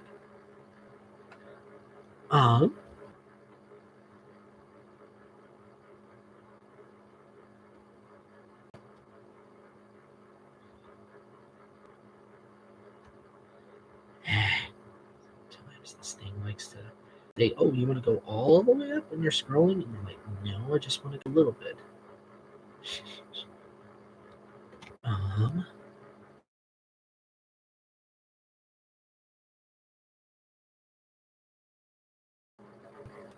Daisy, the diesel rail car, had an existential crisis. I think you'll like this one. And a big thanks goes to Splendid Red 05 and Wooden Railway Stories for giving me the idea, unintentionally giving me the idea. This was during a conversation that I was having with them, and I saw them talk about this, and I'm like, I wonder. So prepare for the story, which I entitle Coaches for Daisy. Daisy is the only diesel rail car in Sir Topham Hatt's railway. This fact, because she is the only one that can carry passengers without the use of coaches.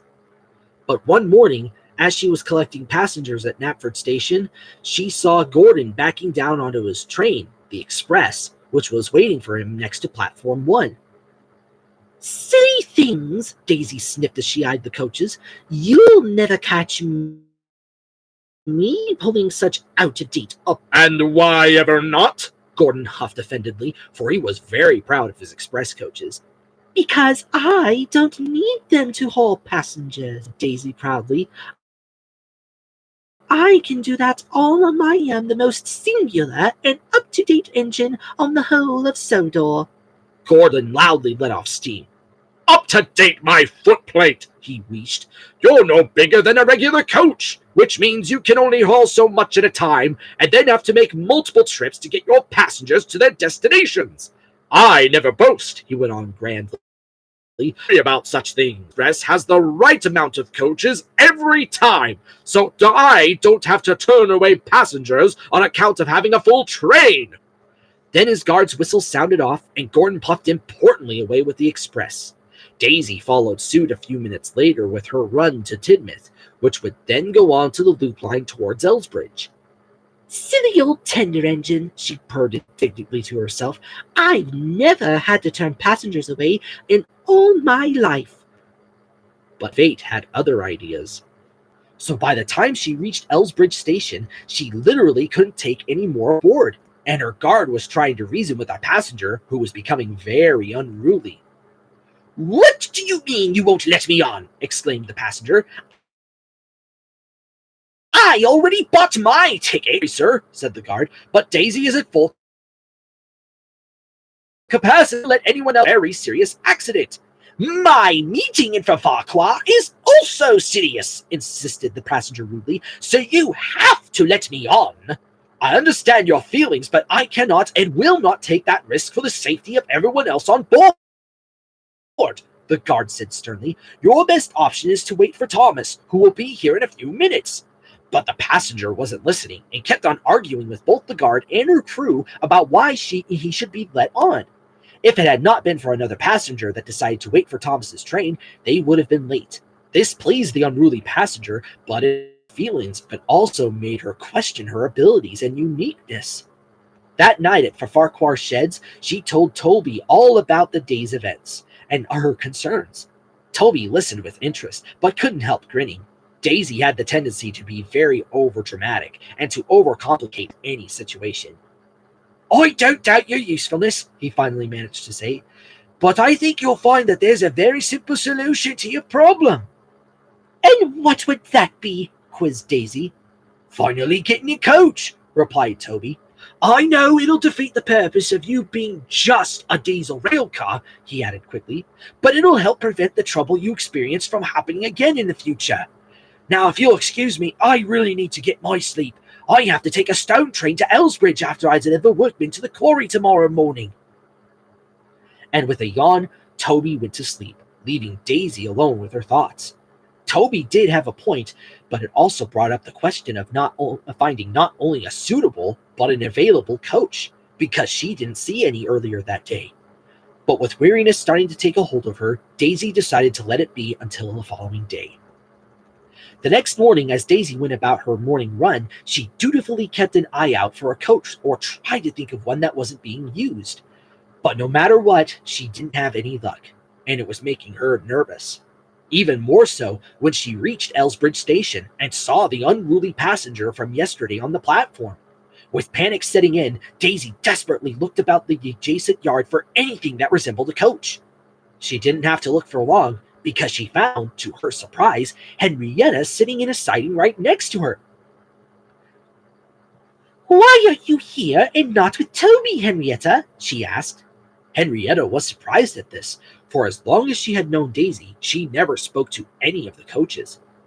Toby got called away to take a train to Tidmouth after our morning run here. Meaning not really, Henrietta replied. That means you'll be able to help me. And just as her passengers got off, Daisy quickly rearranged herself. So it'll only be for a little bit, my dear, insisted Daisy. I'll have you back before Toby even notices that you're missing, I promise. Henrietta tried to say something, but the guard blew his whistle and then quickly hopped into her as Daisy made her return trip to Farquhar. All along the way, Daisy was feeling very pleased with herself. Now that she had a coach, she experienced no further problems and even had room to spare when she reached Farquhar station. But during the whole trip, Henrietta made many attempts to talk with Daisy, but it was no good. Daisy was so busy reveling in her cleverness that she didn't take any notice. It would have been better if she did, because her procuring of Henrietta was going to cause a lot of trouble.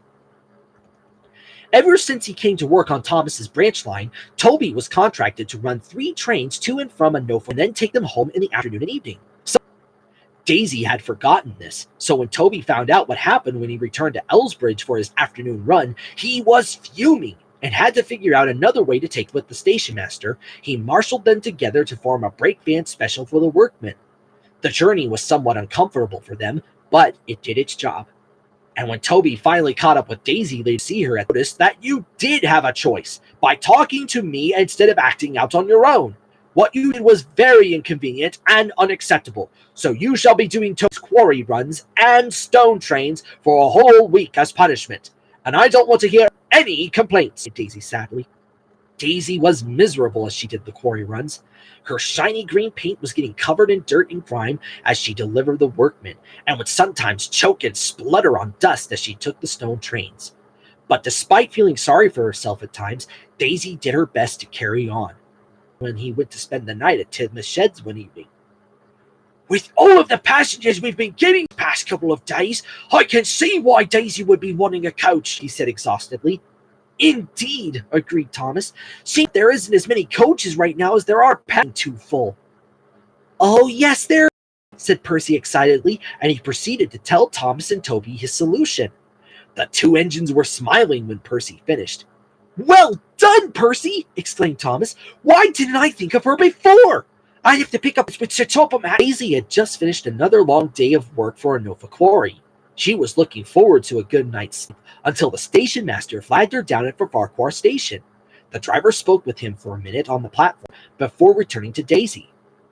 It's the end of your week, Daisy, he said to her, and Sir Topham wants you to go to the works right away. He apparently has a surprise for you. As weary as she felt, Daisy was intrigued and slowly set off at once. And when she arrived at the works, she found Thomas, Percy, and Tim for her, along with a coach that she had never seen before. The coach was similar in size to Gordon's Express coaches, but had a very different design that made her look elegant and luxurious. Sir Topham Hatt was there too. Well, Daisy, he said, I heard you did an excellent job despite the circumstances you are under, so I think you deserve a treat. A full maintenance check and repair, a wash down, and a new coat of paint. Why, thank you, sir, replied Daisy. And once that's completed, continued Sir Topham Hatt, you'll be taking her with you. He motioned over to the coach. This is Old Slow Coach, he went on. With the recent influx of passenger traffic on the branch line, she will be your assigned coach until we can properly resolve this situation. Can I trust you to treat this responsibility with the utmost care and respect? Oh, yes, sir. Thank you, sir. A few days later, Daisy was as good as new and felt very refreshed. Old Slow Coach got the same treatment, for it had been some time since she was last used. When the final checks were made, Daisy coupled up to Old Slow Coach, and the 2 of them made their way to Knapford Station for the first run of the day. But when they arrived, they found Gordon sitting at platform 1 as usual with the express, but looking very glum and tired. What's the matter with Gordon? Daisy asked the station master. He looks as if he's taking on some bad cold. They're waiting for some extra coaches to be assembled, replied the station master. From what I heard, they ended up having to make some additional runs yesterday because they didn't have enough room to begin with. Daisy stared. Are you saying that the express had to turn away some passengers? She asked incredulously. I'm afraid so, said the station master as he walked away. Most inconvenient, if you ask me. Despite feeling sorry for Gordon, Daisy and old slow coach couldn't help but chuckle at the irony. Gordon made a face at this. It's not funny, he said through gritted teeth. I'm sorry, recovered Daisy, but don't fret, my dear engine. Sometimes it happens to the best of us, and the only thing we can do is try to adapt with a clear mind.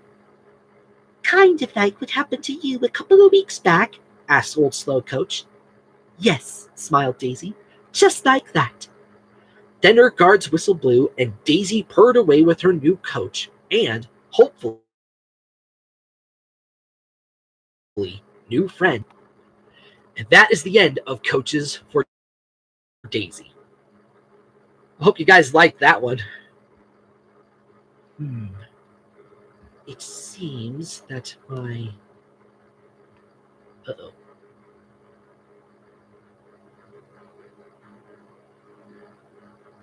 All that.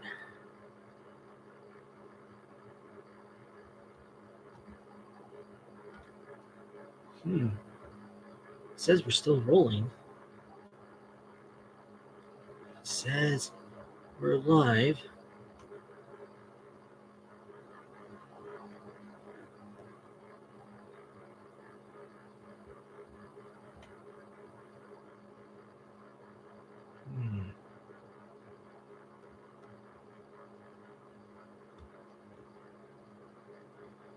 What is going on here?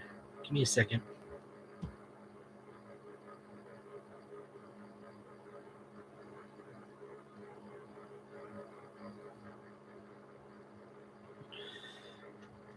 Give me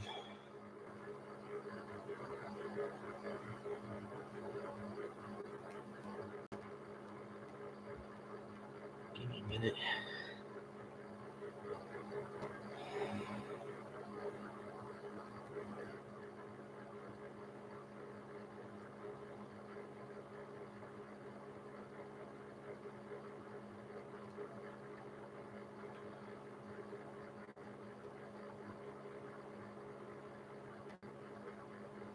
What's happening?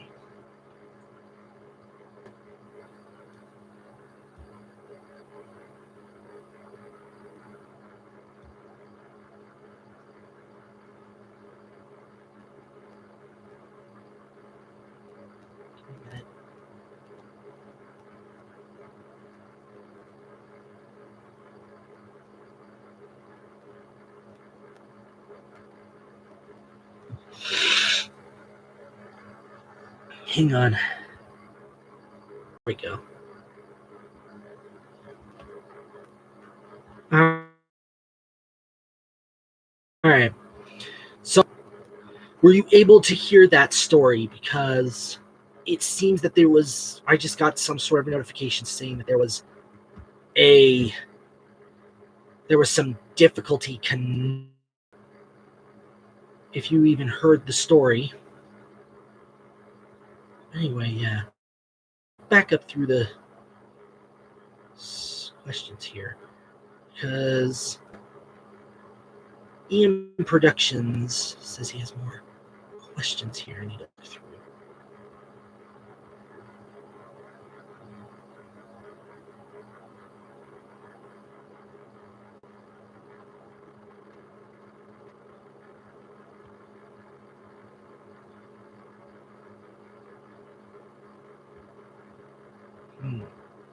I can't see him.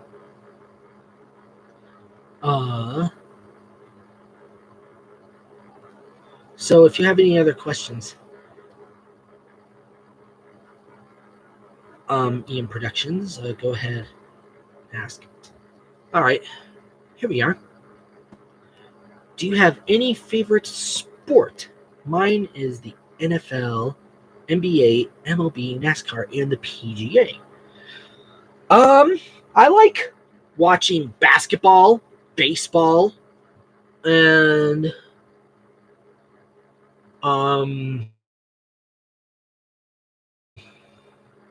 see, there's one other.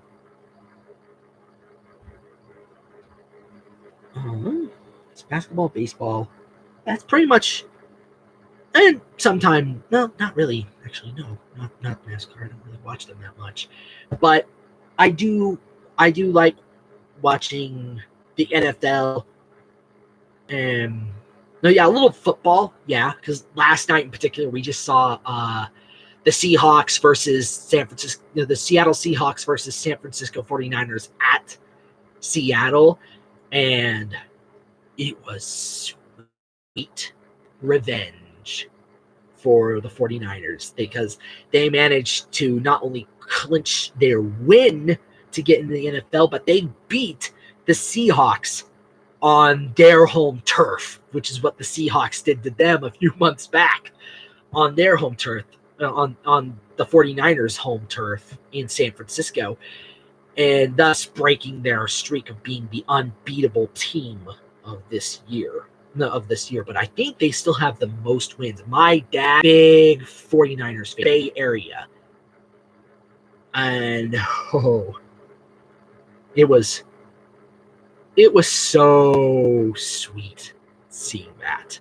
It got really, really hairy during minutes. But yeah, basketball watch. Let's see here. Here are your other questions. Do your voice OS from Ron.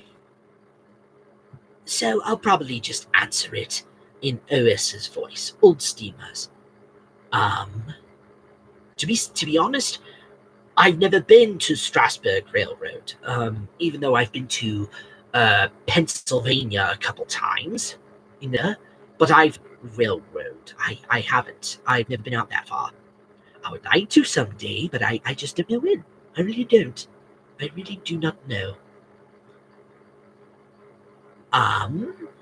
But yes, I would like to go there someday. Can you do a Norman the Diesel impression? Well, I suppose I could, if given the right context, I suppose. His voice is really up there, kind of almost nasally. To do Norman, you have to kind of maybe go for a bit of Bert, the narrow gauge engine from, the not narrow gauge, miniature gauge. So do Bert there, and then make him really nicely go way up there, and then you have Norman. I hope that answers your question, Mason. Let's see here.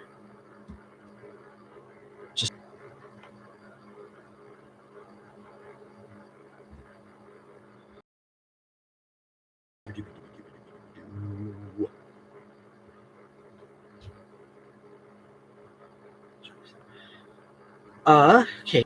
Do you have any favorite anime? Mine is Naruto, Dragon Ball Z, Pokemon, Avatar, and One Punch Man. I don't really watch anime all that much, but ones that I really like watching have been Avatar, The Last Airbender, Legend of Korra,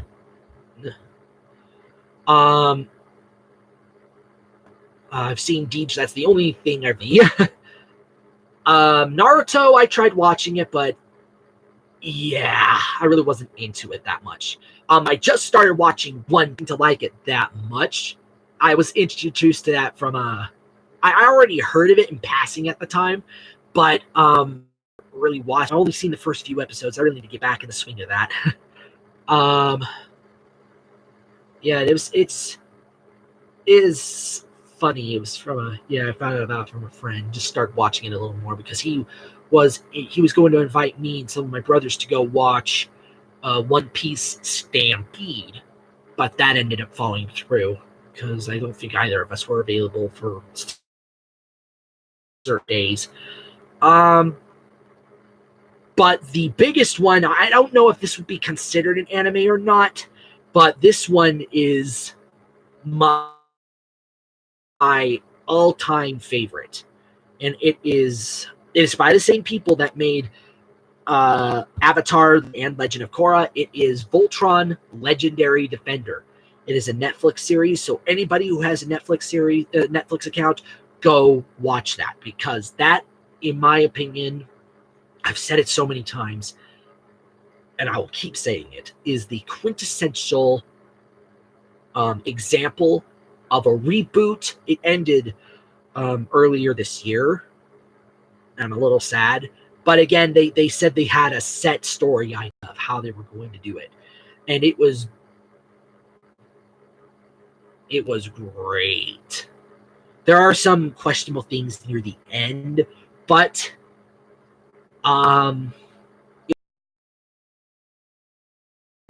watch it on Netflix. Watch that on Netflix. Really. Anybody who has Netflix.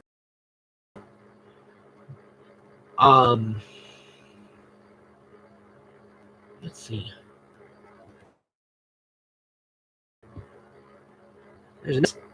What's your favorite Nickelodeon TV shows?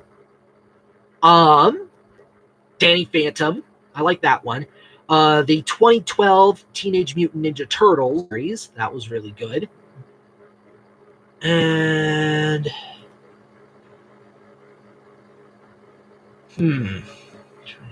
we just saw Invader Zim Enter the Florpus on Netflix, and I've never watched any Invader Zim up until that point. I've only heard about it, but never watched it because it looked weird. And again, it is weird, Invader Zim. It is really weird, but it was funny, really funny. Enter the Florpus. But yeah, let me think. What other Nickelodeon shows is a favorite? Occasionally I like to watch SpongeBob. Some of Fairly Odd Parents, but that's pretty much it. Danny Phantom and Teenage Mutant Ninja Turtles. Those were really good ones. My laptop does this because I'm trying to look at my itinerary, because there are some things I want to talk about. I did do that. I did talk about future.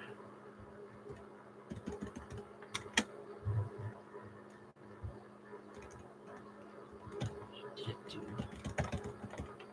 this.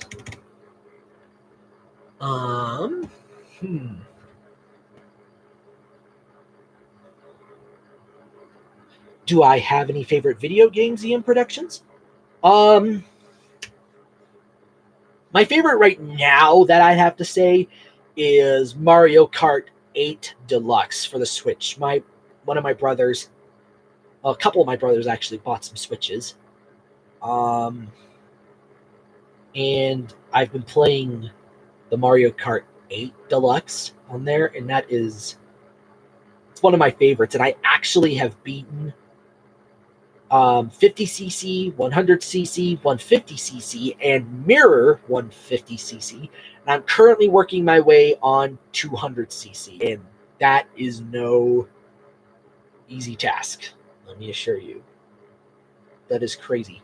To an extent, I like Smash Brothers, but what's difficult is that whenever I'm playing against my brothers, I am always the first one out, and it gets really infuriating. Really infuriating when you like only win like maybe 1 or 2 out of like 10 games. And it's enough to get the blood pressure through the roof. It's crazy. About that, in addition to the Valley Railway series. So I'm going to put this out there right now for Tugs is it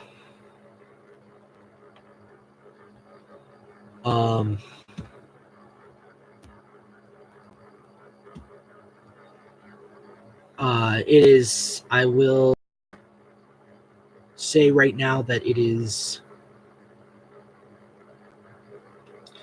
indefinitely canceled. Tugs CGI is done for. Is no more. I talked with one of the people that was working on it because I had heard rumors about it, and I talked with him, and he said, yes, it is done. Tugs CGI, Tugs Stormy Seas is pretty much been canceled. I know this, a lot of people say, told you so, but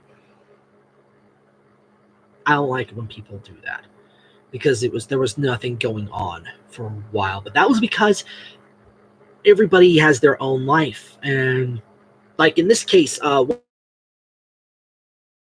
of the guys that's working on it right now, he is working as a sound design for Big Finish Productions, sound design and music for Big Finish Productions, and that's the same people that do the Doctor Who audio dramas. He's currently working on that, and I think something else as well. So it is indefinite. It is done. So I hate to burst a lot of people on that. Hey there, Crane Ninja Productions. Yeah, I know. I've been going for at least a couple hours now, but I think you'll be. Let's see.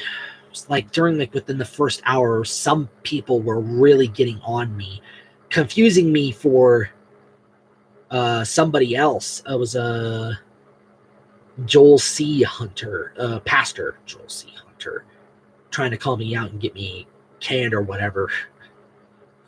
That's primarily why I chose my name, GeebMachine. Anyway, I do have something here. There's RC Karos. How you doing, RC Karos? What's your favorite car? Favorite car in what terms exactly? Like one to drive, fictional car, what? And he also says Holden V12 Productions. That's a name I haven't heard in a while. Yeah. For those of you who are wondering, that was a part of a series that I was doing, Stories of the LNER, in which I was the cast, pretty much. Let's see. I'm trying to think. We did some videos. We even had a full season planned, and I wrote half of it, but eventually it stagnated because I'm not saying this to diss on him. He started coming up with some other ideas, and we hadn't even finished the first season yet. So I left because I just felt like it was stagnating. And I do hope someday to maybe post the audio for those stories. I don't know. We'll see. And for Crane Engine Productions, I keep wanting to say Crane Productions 27. I just never realized you changed your name now. What have I got planned for 2020? You see, I am currently working on a pitch right now for a big animation company. I'm not going to say who right now. As I said earlier, when I went to New York last August, I was there for a small showcase with the Lollapalooza company, and I met Xavier Paul Cato Jr., and he tasked me and another kid, and you can find him here on YouTube. His name is Anime Pellz, Anime Pellz. You can find him here on YouTube. He tasked me and him, I met him the year prior, to make a pitch, to make a story, and he will pitch it to a big company on our behalf. I've so far have gotten through a second draft, and I'm currently working on a third, trying to garner suggestions and opinions as well. So that's one. The other is I've actually am planning to do my own audiobook recording of the Railway series, all 42 books. Because I've noticed that there's always the UK recording, but I don't think there's ever been a US recording of the books. So I'm going to try doing my own take on what they could have sounded like if they were adapted for the US. So that's one thing. The other, I doing my own. I want to try working on my own graphic novels, comic books. I'm going to try getting that off the ground. That's 3.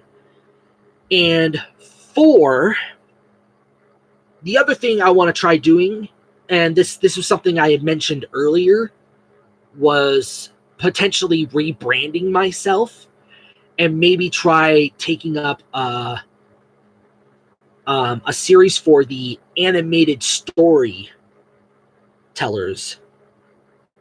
community on YouTube. Animated storytellers, in case you don't know what they are, basically they tell life stories or opinions through animation or drawings. And the big ones that are up there right now are Odd Ones Out, Something Else YT, Jaden Animations, Let Me Explain Studios, Ice Cream Sandwich, and Ginger Pale. These are the ones that me and my little brother, my baby brother Daniel, and I have been watching for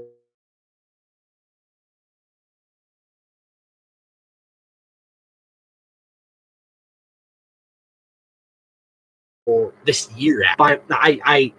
He'll deny it. One of my other brothers is like, you can't do that because you're homeschooled and everybody else here is public schooled. You're not going to have as many stories to tell. Well, in the words of Barney Stinson from How I Met Your Mother, challenge accepted.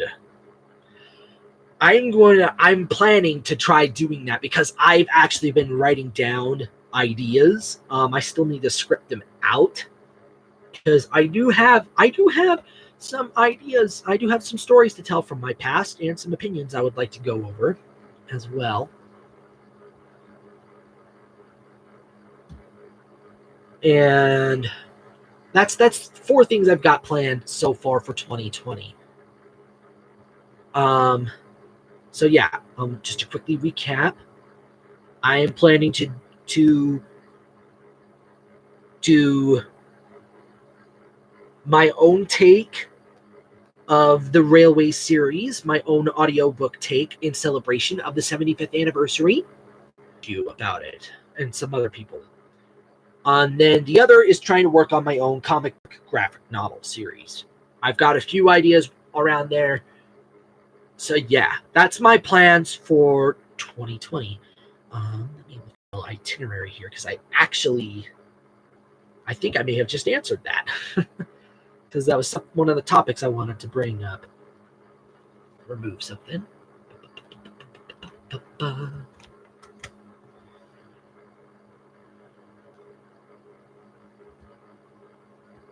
All right.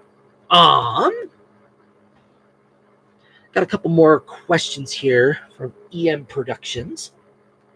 Have you ever watched old Thomas videos on YouTube when it was like 2010 or 9 or so on? I remember Thomas's versus Brewster, the Ukeem video, Thomas videos, Thomas posted stack, etc. Yeah. I can't really say off the top of my head, but I do remember seeing some of those. Darn.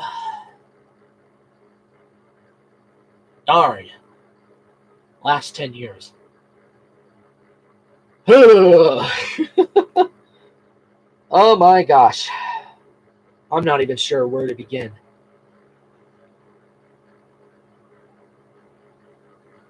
Because it's crazy. Yeah, I kind of miss that too, Ross, being in your audio stories. But again, there's a lot of things just coming around, and I'm trying to prioritize in a way, you might say. I don't know when I'll come back to that. I really don't. But for some of you who want to know, Crane Engine Productions, I did a number of voices for his his audio stories. More notably, I insert Topham Hatt, James, Cranky, Gordon, Donald, Douglas, Toby a couple times. So you just look him up. You'll see some of the videos I've done with him. And even for his mini-series, let me see. Who was I? I was Topham Hatt, Charlie, who else did I do? Ross? Who else did I voice for you? I'm curious now. I have another thing here from EM Productions. He says, "Are you familiar with It's Alex Clark?" The name sounds familiar. Is he an animated storyteller here on YouTube? I want to say he is, but I can't think of it off the top of my head. I can't really say. Oh, I've got something here. Just a second. I'm looking at it.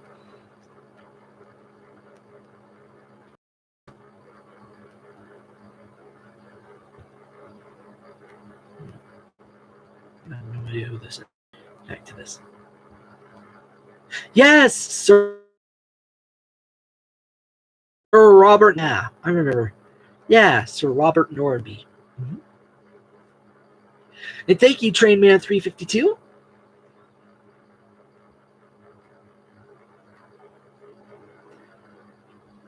I'm gonna take a quick look here at something.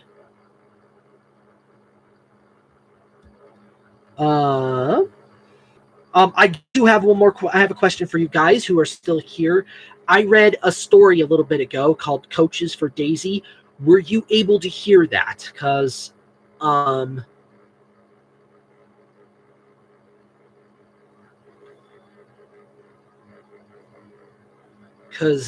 part of it, my streaming thing was saying was having connection troubles, and I'm wondering if you guys heard it or not.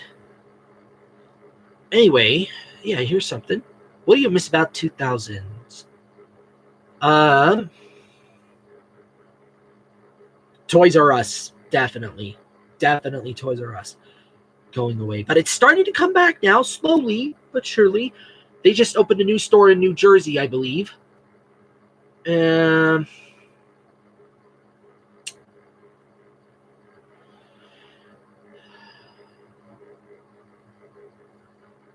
not really sure what else. The model series is for Thomas and Friends. Yeah, it's a little sad to see that, but kind of have to get with the times, if you know what I mean. Yes,